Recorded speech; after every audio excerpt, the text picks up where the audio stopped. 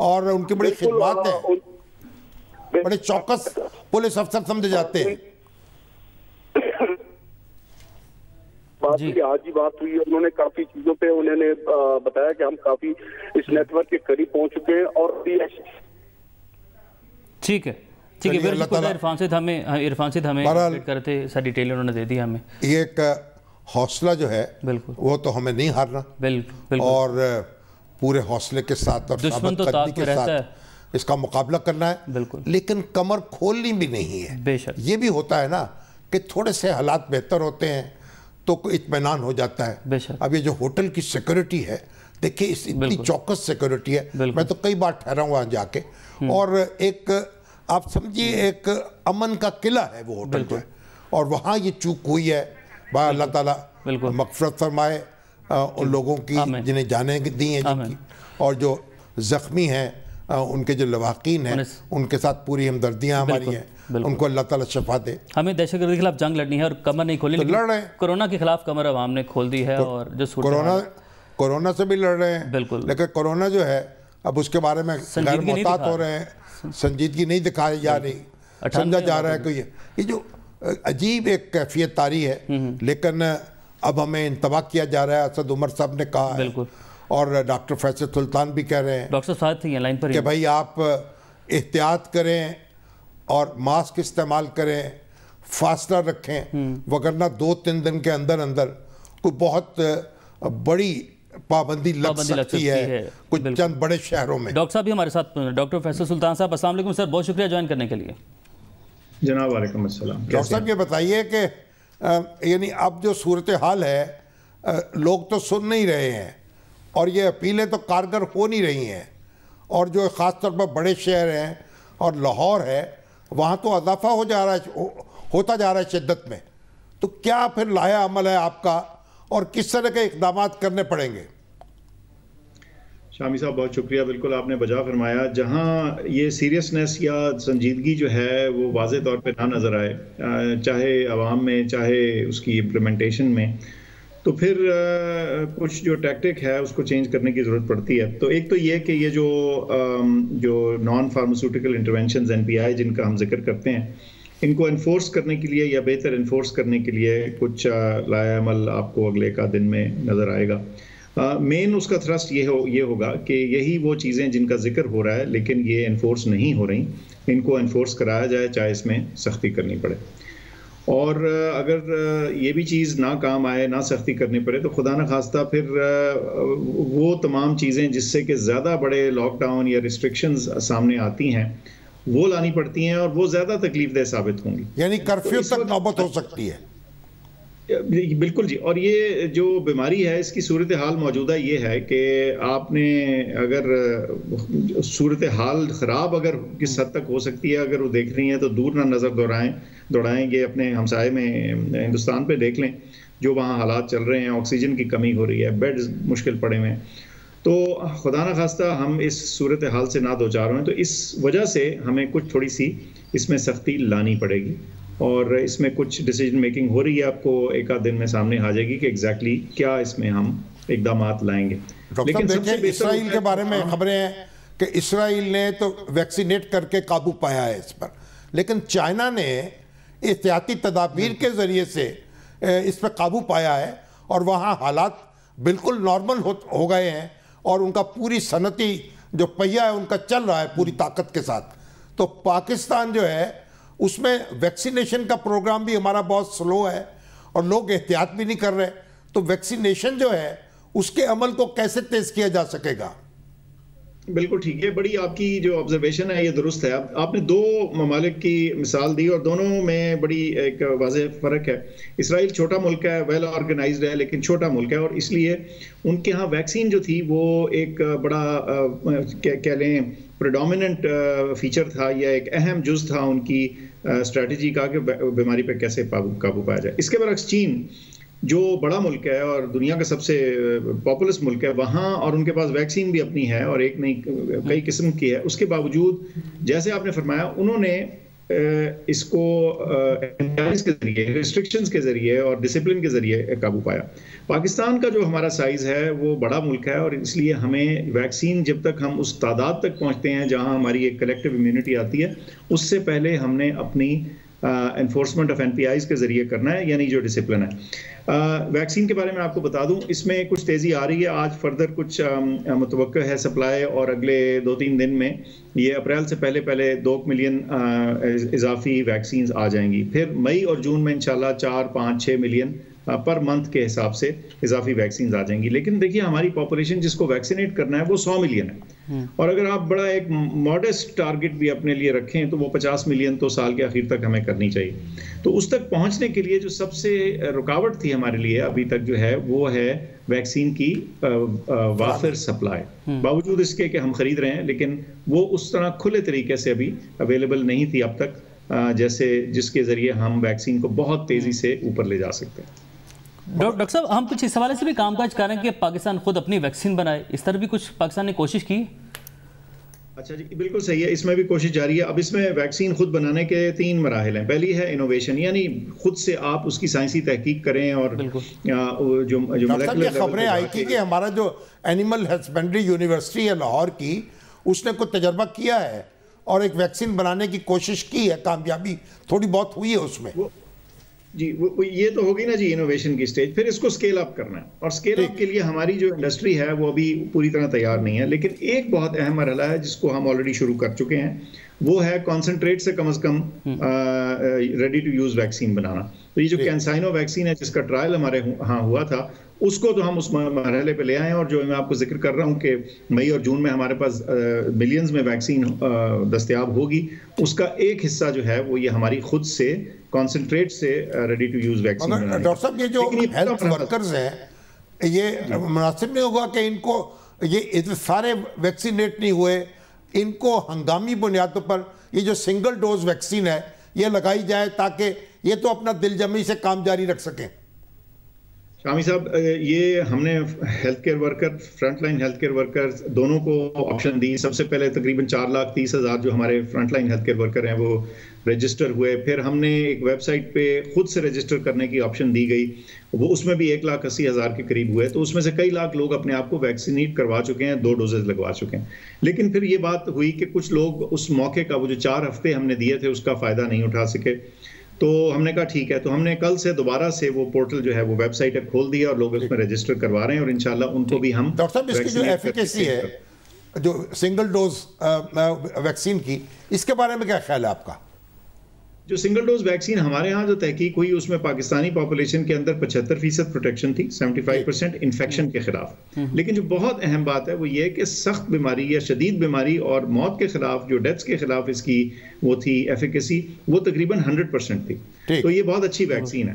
مگر یہ بتائیے کہ جو سپوٹنک درآمد ہو رہی تھی وہ بھی 50,000 آئی, اور پھر اس کے بعد کوئی مزید اس کی امپورٹ نہیں ہو سکی, اس میں رکاوٹیں کھڑی ہو گئیں, وہ بھی لوگ لائنوں میں لگے ہوئے. جی بالکل. وہ اس میں یہ ہے کہ ان کو بڑی محدود تعداد میں وہ مہیا ہوئی, اور اس وقت چونکہ دنیا بھر میں اس چیز کی ایک دوڑ لگی ہوئی ہے اور بڑے بڑے پلیئرز جو ہیں, بڑے ملک اور کوویکس اور اس قسم کی فیسلٹیز, ان کو بھی مشکل پیش آ رہی ہے ویکسین خریدنے میں. تو ظاہر ہے جو امپورٹر ہے اس کی تو ایک محدود پہنچ ہوتی ہے, اور اس کی ایک چند تعداد میں وہ لے آئے, اب شاید اور لے آئیں. ہماری طرف سے کوئی رکاوٹ نہیں ہے, حکومت کی طرف سے جو میتھڈ ہے وہ موجود ہے. میں نے دیکھا کئی NGOs جو ہیں وہ اپیل کر رہی تھی کہ ان کو اجازت دی جائے, وہ درآمد کرنا چاہتے ہیں. تو اس میں کوئی حکومت کی طرف سے بھی کوئی رکاوٹ ہے اگر کوئی NGO یا کوئی ٹرسٹ اس کو امپورٹ کرنا چاہے تو؟ دیکھیے جو قانونی طریقہ امپورٹ کا ہے وہ بالکل الاؤڈ ہے, اس میں کوئی رکاوٹ نہیں. مسئلہ یہ ہے کہ سپلائی کی پرابلم ہے. یہ سب لوگ اپنی خواہش کا اظہار تو کر رہے ہیں, لیکن جب وہ ڈھونڈتے ہیں تو ڈھونڈے کو ملتی نہیں. یہ پرابلم ہے. یہ ایسٹرازینیکا جو ہے وہ بھی ابھی تک یعنی کوئی امکان نہیں ہے کہ وہ آ سکے. ایسٹرازینیکا میں یہ ہوا کہ جو انڈیا میں پلانٹ ہے SII Serum Institute of India, ان کی تو سپلائی جو تھی وہ ان کے اپنا ہی پوری نہیں ہو رہی تھی, انہوں نے خود ہی وہیں استعمال کر لی.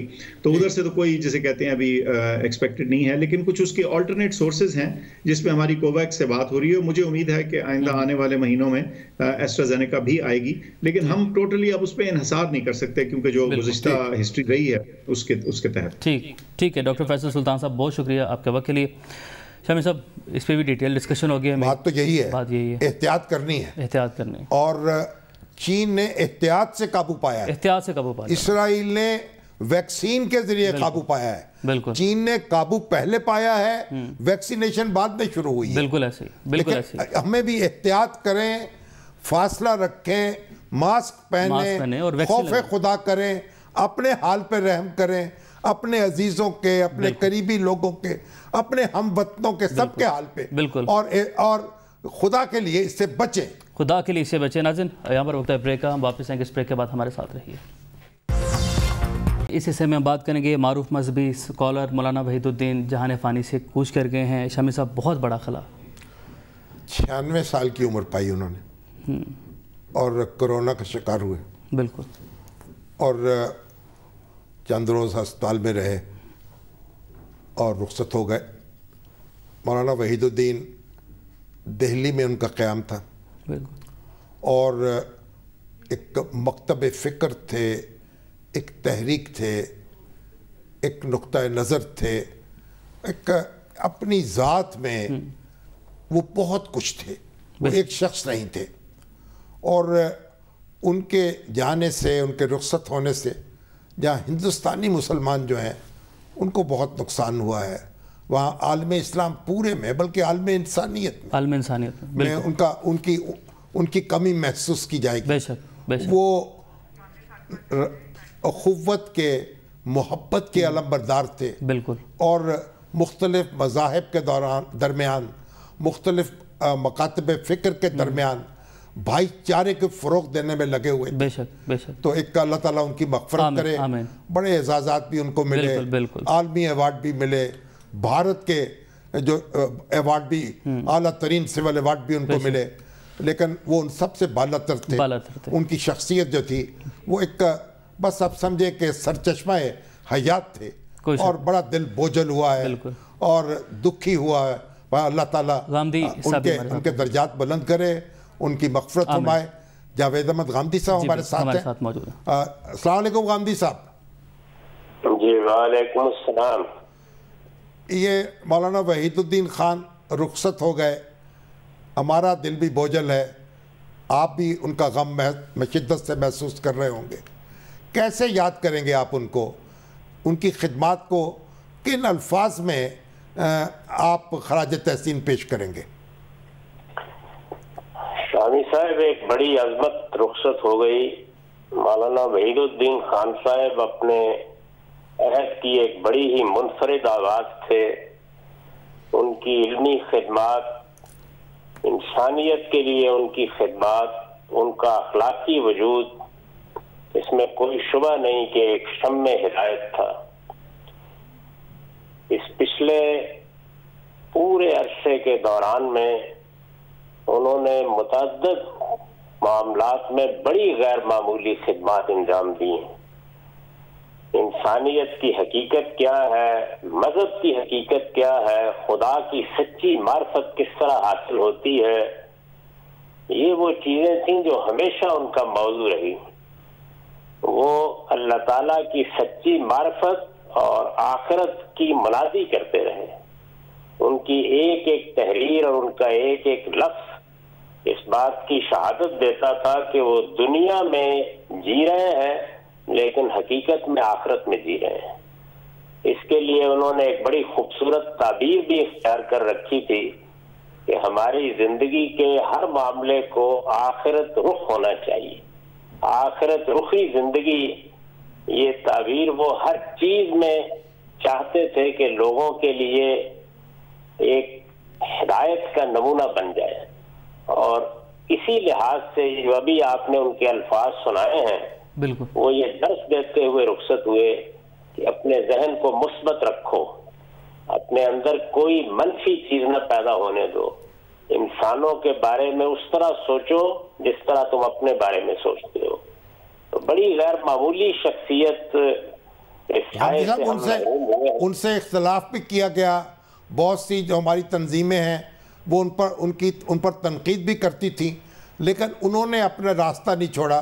غیر مسلم بھی ان کا احترام کرتے تھے, اور ہندوستان میں ان کا احترام جو تھا ہر مکتب فکر اور ہر مذہب کے ماننے والوں میں تھا، یعنی محبت محبت محبت محبت، کوئی دھنو یہ گیت گاتا چلا جا۔ تو آپ یہ جو شمع ہے ہم اس کو کس طرح روشن رکھ سکتے ہیں؟ یہ ان کا پیغام ہے، بس اس پیغام کو اگر ہم سمجھ سکیں، وہ اس طرح کی تنقیدات سے بالکل بالا تر تھے، انہوں نے کبھی اس طرف نگاہ اٹھا کے نہیں دیکھا۔ یہ آپ دیکھیے کہ ان کی زندگی میں جو کچھ انہوں نے کیا اس میں علمی کارنامے بھی بہت غیر معمولی ہیں اور اصلاحی کارنامے بھی بہت غیر معمولی ہیں۔ تو ہمیں انہی چیزوں کو سامنے رکھنا چاہیے جو اتنی بڑی عظمت سے مثبت طور پر ہم کو حاصل ہوئی ہیں، ہندوستان کے مسلمانوں کو حاصل ہوئی ہیں، بلکہ پوری انسانیت کو حاصل ہوئی ہیں۔ وہ پہلے شخص تھے جنہوں نے دین کی سیاسی تعبیر پر سب سے زیادہ شاندار اور علمی تنقید کی، لوگوں کو بتایا کہ تنقید کیا ہوتی ہے اور کسی چیز کا علمی تجزیہ تعصبات سے بالاتر ہو کر کیا جائے تو اس کی کیا نوعیت ہوتی ہے۔ دعوت کو زندہ کیا، مسلمانوں کو بتایا کہ ان کے باہمی روابط میں اور دنیا کے ساتھ ان کے روابط میں ان کا اصل تعلق دائی اور مدعو کا ہے، وہ پیغام پہنچانے والے ہیں، وہ دشمنی کرنے والے یا دوسروں کو جڑ سے اکھاڑ پھینکنے والے یا منفی طرز عمل اختیار کر کے انسانیت کو دیکھنے والے نہیں ہیں۔ تو ان کی جو کارنامے ہیں وہ اتنے غیر معمولی ہیں، آپ ان کے پورے لٹریچر کا مطالعہ کریں، مسلمانوں کو اس دور میں جینا کیسے ہے، ان کو اپنے سیاسی اور سماجی روابط کو کس زاویے سے دیکھنا ہے، اس میں بے نظیر چیزیں انہوں نے لکھی۔ آج جبکہ ہمارے ہاں یعنی مسلمانوں کو آپس میں لڑانے والے، تفرقہ ڈالنے والے، جتھے بنانے والے سرگرم ہیں، وہ دوسرے مذاہب کے ماننے والوں کے ساتھ بھی محبت کا سلوک اور اخوت کا سلوک کرنے کے علم بردار تھے، جوڑنے والے تھے، توڑنے والے نہیں تھے۔ ان کو ہم یاد رکھیں گے اور ان کے لیے دعا کرتے رہیں گے، اللہ تعالیٰ ان کی مغفرت فرمائے اور ان کے درجات بلند کرے۔ غامدی صاحب بہت شکریہ آپ کے وکیلی۔ اور شامی صاحب اب ہم تھوڑا سا ذکر کر لیتے ہیں، شہباز شریف صاحب کی بھی ضمانت ہوگی بالآخر، مختصراً ہم اس کو کر لیتے ہیں ڈسکس کہ شہباز شریف کی بالآخر ان کی جو ہے ضمانت ہو گئی، جو فل بینچ نومینیٹ ہوا تھا 3 رکنی، نجفی صاحب جس کی سربراہی فرما رہے تھے، ماشاءاللہ بہت ایک باوقار جج ہیں، اور بڑی انڈیپینڈنٹ ان کی ایک رائے ہوتی ہے، اور انہوں نے آج 2 دن کی سماعت کے بعد فیصلہ دے دیا، ضمانت منظور کر لی۔ تو بہرحال اب فردوس عاشق اعوان صاحب نے تو کہا کہ 70 سال کی عمر کا فائدہ پہنچا شہباز شریف صاحب کو، لیکن 70 سال کا فائدہ پہنچے یا 60 سال کا فائدہ پہنچے، یہ ان کی ضمانت ہو گئی اور ان کو مبارک ہو۔ اور دیکھیے اصل میں ہمارے یہاں معاملہ کیا ہے، ہمارے یہاں زور مقدمہ چلانے پہ نہیں ہوتا، مقدمہ بنانے پہ ہوتا ہے۔ مقدمہ بنا دو، بندہ گرفتار کر لو اور پھر کوئی سماعت نہ ہو، یعنی سزا یہ ہے کہ بندہ گرفتار ہو جائے، مقدمہ چلا کر کارروائی انجام پذیر نہ ہو، یہ انتہائی افسوسناک روش ہے جسے ختم ہونا چاہیے۔ اعظم نذیر صاحب نے ہمیں جوائن کر لیا۔ چلیے، السلام علیکم اعظم صاحب، مبارک ہو سر آپ کو پہلے بہت۔ جی السلام علیکم جی، بہت شکریہ جی جناب۔ یہ 2 ہی دن میں بس مشکل ساری طے ہو گئی اور سارے مرحلے تمام ہو گئے، مبارک ہو۔ یہ بیل، جی سر خیر مبارک جی۔ بیل میٹر تو شامی صاحب آدھے گھنٹے میں ہونا چاہیے، بس انفارچونیٹ ہے دنیا کے کسی ملک میں ضمانت اتنی مشکل نہیں ہے جتنے ہمارے سسٹم نے بنا دی ہے۔ یہ نیب نے بنائی ہے خاص طور پر۔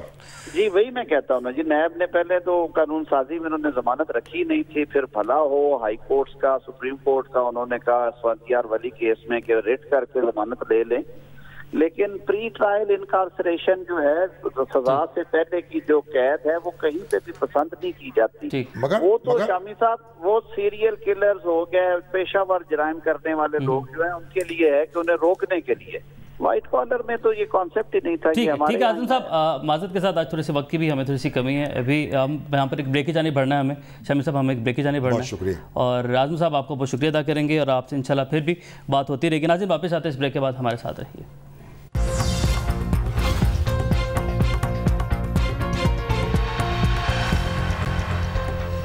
ویلکم بیک ناظرین، اور اب ہم بات کریں گے پروگرام کے اس حصے میں افغانستان سے امریکی افواج کا انخلا ہونے جا رہا ہے۔ پاکستان کی پوزیشن کیا ہے اور پاک امریکہ تعلقات اس ساری صورتحال میں، اور اس کے بعد کس نہج پر ہیں، کس طریقے سے آگے بڑھیں گے، اسی پر ہمیں جوائن کیا ہے پاکستانی نیاد امریکن بزنس مین اور پولیٹیشین طاہر جاوید صاحب نے۔ طاہر صاحب السلام علیکم۔